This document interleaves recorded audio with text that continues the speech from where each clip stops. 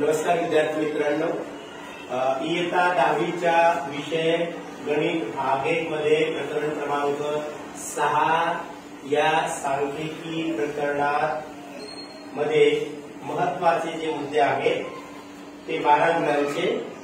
तर यामध्ये एक उदाहरण जर घेतलं, एक उदाहरण पूर्णच्या पूर्ण या 6 मुद्द्यावर आधारित होऊ शकतं। समजा एक उदाहरण आहे, 150 कामगार आहेत एका कंपनीत आणि त्यांनी जमा केलेली रक्कम असेल समजा 1000 पासून 1000 ते 2000, 2000 ते 3000, 3000 ते 4000 आणि 4000 ते 5000 अशी जमा केली।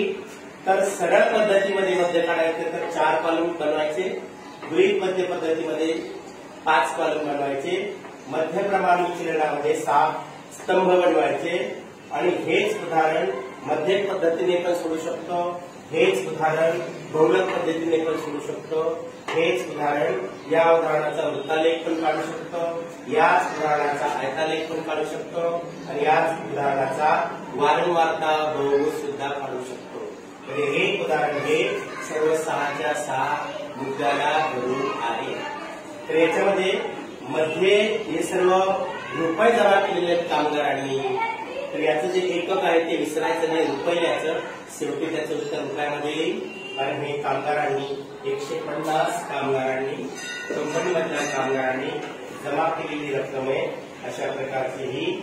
तर ते प्रत्येक उदाहरण याच्यामध्ये लागू पडतं आणि याच्याबद्दल खास करून जे विस्तार केलं ते गृहीत मध्य पद्धत असेल, बहुलक असेल किंवा आयतालेख असेल, वारंवारता बहुभुज असेल ही महत्वाची मुद्दे आहे।